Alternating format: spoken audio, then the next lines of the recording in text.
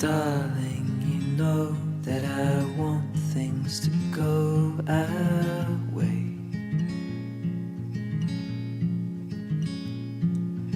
I'll try to reach you to lean every single day.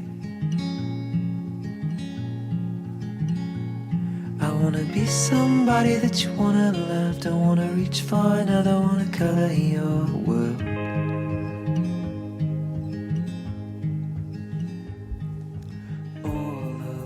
L'aubergiste vous invite à prendre un whisky avec lui. Je me vois pas comme un connaisseur de whisky. Je suis plutôt un amateur. Mais j'ai le goût de vous amener quelque part. J'ai le goût de vous faire goûter quelque chose de le fun. Je commence mon histoire parce que les whiskies, là, c'est 4 siècles. Les whiskies, c'est plus que 4 siècles qui sont produits. C'était produit en Écosse et en Irlande. Très écossais, très irlandais. Et au 18e siècle, quand il y a eu les crises économiques, beaucoup d'Écossais et d'Irlandais ont immigré en Amérique et ils ont emporté avec eux leur alambic et leur savoir-faire. Puis ces gens-là, ben, ils ont... c'est là qu'à partir de là, il y a eu une expansion incroyable de toutes les distilleries en Amérique.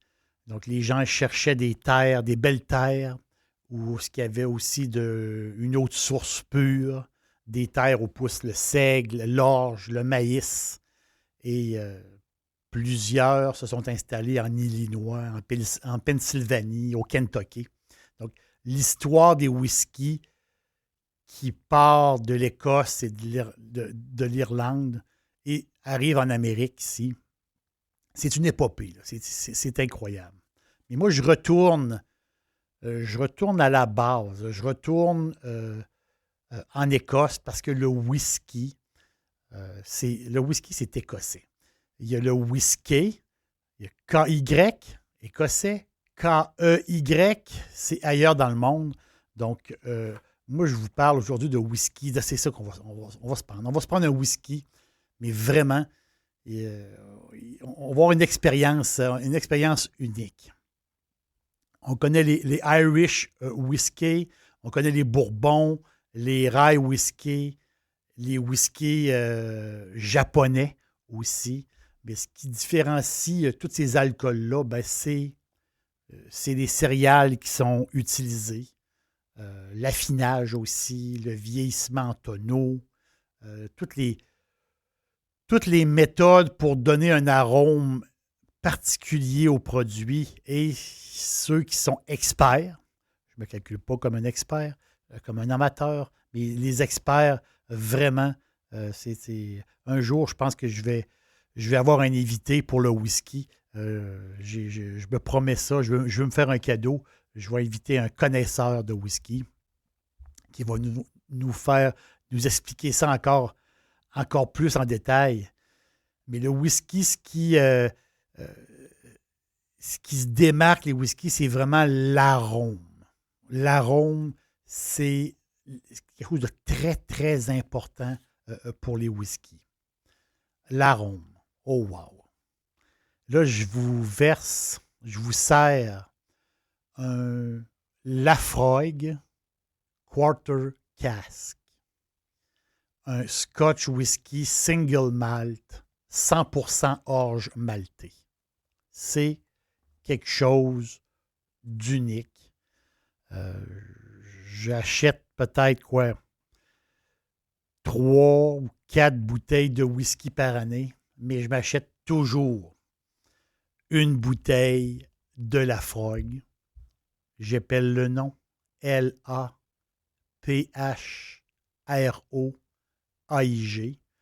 Laphroaig, qui est un mot gaélique, qui est un nom gaélique. Et là, on touche quelque chose très bizarre, on va le dire comme ça un peu, quelque chose d'aromatique extrême. C'est très, très particulier. C'est une expérience incroyable. Moi, je bois une bouteille par année de Laphroaig. Et cette bouteille-là, je la partage avec mon fils. C'est quasiment un rituel. Ça a tellement un goût spécial, particulier. C'est un voyage, là. Vraiment, là, c'est pas un whisky qu'on prend à grande lampée. C'est pas un whisky qu'on va mélanger, qu'on va faire des drinks du tout. C'est à la blague, à la blague, certains Écossais pourraient dire, c'est presque un médicament pour l'âme. Donc, c'est quelque chose qui se boit en petite lampée. Et c'est les arômes de la tourbe, les arômes que dégage ce whisky-là, qui est possiblement un des whiskies qui sent le plus. Il y a une vapeur incroyable de tourbe. C'est acheté à terre. C'est vraiment une expérience. Et là, on est en Écosse, mais on est sur l'île d'Islay. C'est là que le Laphroaig vient. L'île d'Islay, 3000 personnes à peu près habitent cette île-là. Des élevages. Élevage de vaches laitières, élevage de moutons, l'agriculture un peu et beaucoup. L'île Islay, c'est ça. Et beaucoup de production. Beaucoup de production de whisky.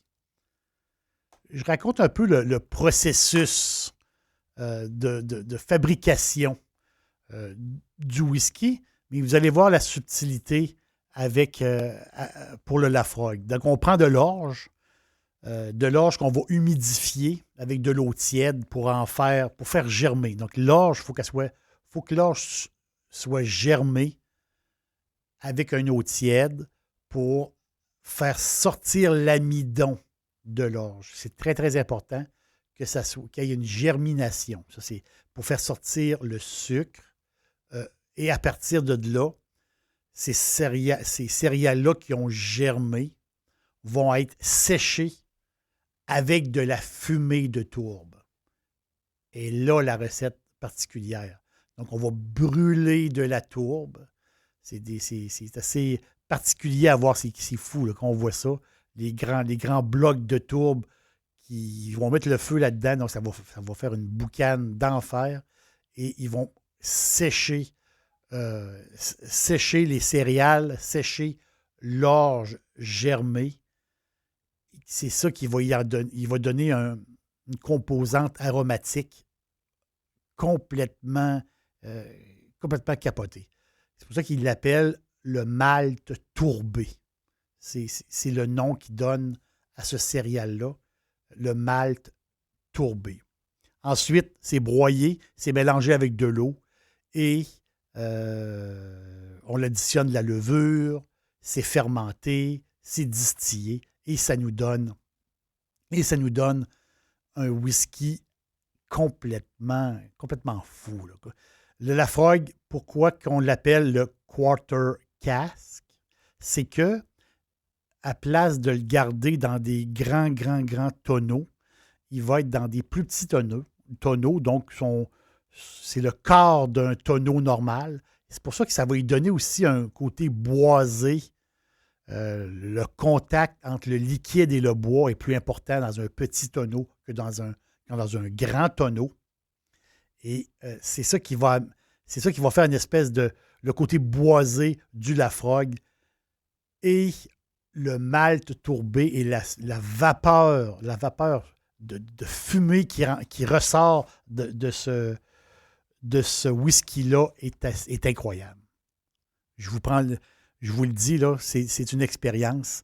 Puis même qu'une bouteille de Laphroaig, ça ne se boit pas seul, ça se partage, puis on en a pour des mois et des mois, parce que c'est des petites lampées. On se fait un cadeau.